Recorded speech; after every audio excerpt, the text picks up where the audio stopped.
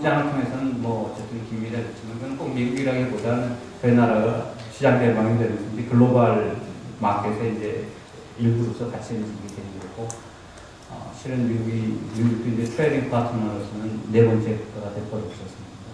중국, EU, 그래서 여건은 좋은데 아무것도 이루어지지 못한 거죠. 그러다가 이제 어쨌든 한 10년 동안 계속 만나보다 보니까 이게 국제협력이라는 게 그렇습니다. 자꾸만 만나야 돼요. 만나다 보면 지겨워서라도 아무 성과 없으면은 언젠가는 이제 블레임 받거든요. 우리 뭐라든지 하게 되고. 그리고 사람을 서로 알아야 되는데 시간이 오래 걸려요. 특히 이제 정부에 있는 사람들끼리는 이게 오피셜 입장인 분이기 때문에 함부로 얘기할 수 없고, 그래서 상당히 이 탐색하는데 시간이 오래 걸리고. 뭐 어쨌든 그 와중에 이제 하나 건진 게 유난히 치앙마이입니다. 치앙마이 뭐 조금 들어가실지 알겠지만 이 각국이 자기들 외환보직 일부를, 이거는 이제 달러인데 로컬 커런시인데 달러의 일부를 이제 바이래터럴리 빌려줄 수 있게 이제 그런 거죠. 뭐 한동안 선언적인 의미가 컸습니다. 실제로 워킹이 불가능하죠. 바이래터럴 한다 그러면 우리가 만약에 돈을 필요한다 그러면 아세안 플러스 3에서 하니까 12개국하고 일일이 협상을 벌여서 이런 이게 왜 이게 하나로 좋다는데 이게 되겠습니까? 그러니까 이제 결과적으로 이제 그래도 뭐 어쨌든 서로 빌려주기로 협의했다는 게 의미가 있으니까 그래가지고 이제 상당한 의미를 가졌죠. 근데 여기 보면은 여기도 이제 그 IMF가 있긴 있습니다. IMF하고 미국이 서로 반대해가지고 결국 그거를 무마시킨 조건이 우리가 돈을 빌려줄 때는 당신들의 동의를 받고 빌려주겠다. 그래서 90% 자금의 90% 해당하는 자금은 IMF의 동의를 받아서 빌려줄 수밖에 없고 10%만 잘. 그러니까 뭐 아무 의미가 없는 거죠. IMF가 사실은 돈은 니네들이 대라, 관리는 우리가 해줄게 이거 그러나요? 사실은 그 전에 저희 II라든지 뭐 뉴스피드 포 인터내셔널 그러니까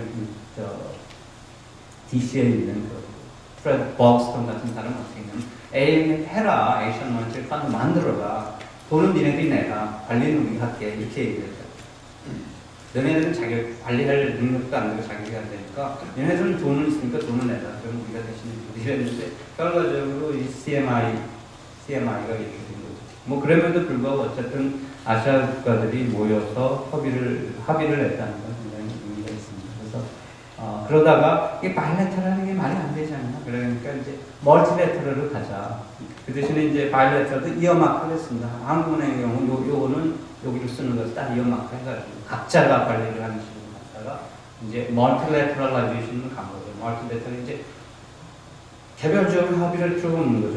거기 그 전체하고 뭐 세크레터리가 형성이 돼야 되겠지만 세크레터리는 거기에 대해서 한 번만 얘기하면 이제 돈을 빌릴 수 있게 되는데 그럼에도 불구하고 문제가 뭐냐면 아까 말한 대로 이제 돈을 빌려주려고 그러면 그 경제라든지 그 모니터링도 하고 이렇게 그냥 빌려줄 수 없으니까 그거 해야 되는데 우리가 생각해 보세요. 우리나라는 이 아세안 국가에서 와가지고서는 재정 연구해가지고 한국 경제 모니터하고 그런 거는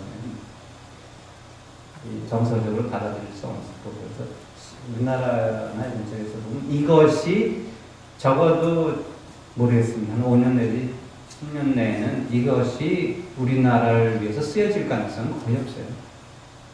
이제 상징적인 의미가 있는 거죠. 그러면은 뭐냐?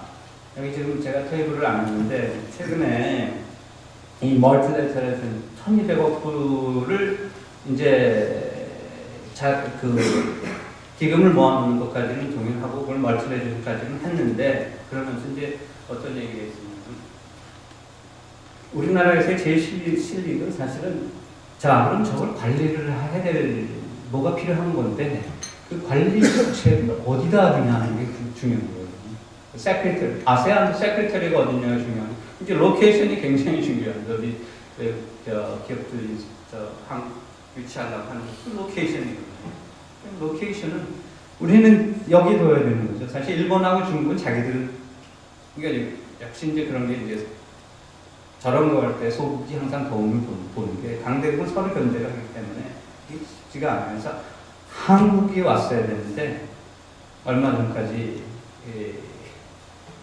요새 조금 분위기가 좀 다른데 뭐 하여튼 한국은 인도네시아 자카르타 쪽으로 가는 걸로 얘기가 됐다고 그리고 그거에 덧쳐서 CMIM으로 가면서 이제 각국이 의사결정이라든지 이런 거 할 때 이제 그 중요한 의사결정들을 내리고 할 때 두 가지 원칙이 하나는 3분의 2 원칙이 있고 하나는 과반수인데 대부분의 경우는 이제 과반수의 경우 이제 이에서 이루어지는데 과반수 하는데 그 지분 구조가 어떻게 되냐면 지분 구조를 보시면 좀 기가 막힐 겁니다. 제가 사실은 이런 얘기 벌써 이것도 벌써 한 1년 됐어요. 근데 아직 그 다음에 이제 겁이 나서 재경부도 제가 보기에는 뭐 저도 다 아는 분이고 제 동기도 있고 그래서 저도 어디 가서 얘기도 못 하는데 어쨌든 간에 그냥 뭐 듣고만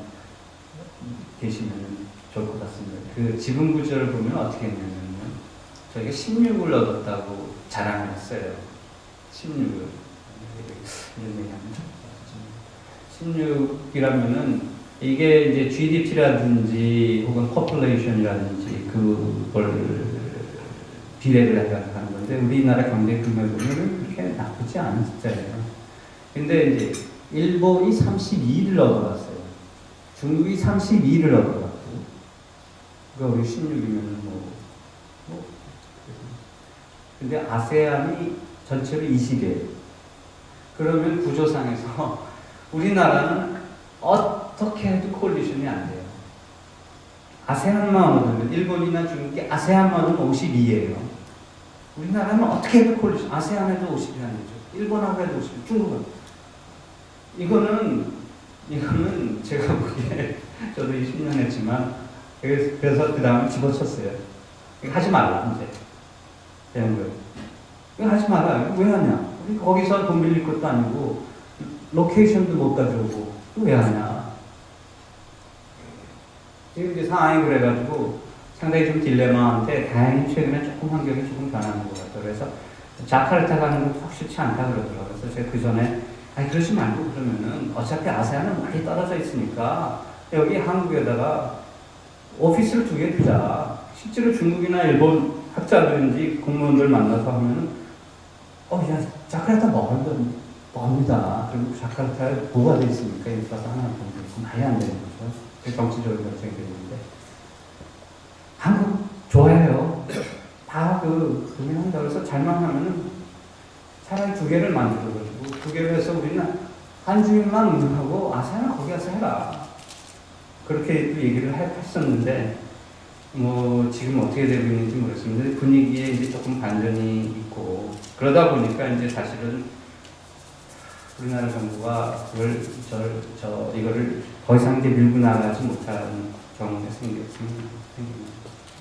이제 시간이 많지 않으니까 그냥 더웨이 투 퓨처라고 했는데 결과적으로 지금 해야 될 거는 뭐냐면은 아까 말한 대로 이런 써냈습니다. 이거 뭐 얘기하려면 긴 스토리가 있는데 지금 자본 자유화가 됐습니다. 단기 자본도 있고 얼마 전에 주식시장에서 빠져나가고 막 자본 시장들이 이제 세계 시장하고 같이 통합이 있기 때문에 이게 저희 같이 작은 나라에서 굉장히 이제 이 볼라탈리티가 클 수밖에 없고 이제 인스테빌리티가 클 수밖에 없고 그거는 뭐 이제 다른 나라 경험 가지고 뭐 아주 명명백백인데 맨날 우리는 경제를 펀더멘탈을 사운드하게 펀더멘탈을 좋게 할 수 없는 건 언젠가는 뭐 좀 그런 것 같은데 그러면은 이거 어떻게 해야 되냐 결과적으로 이제 환율을 이렇게 놔둬줬더니 솔루션이 없는 거죠. 솔루션이 없는데 2가지 솔루션밖에 없어요.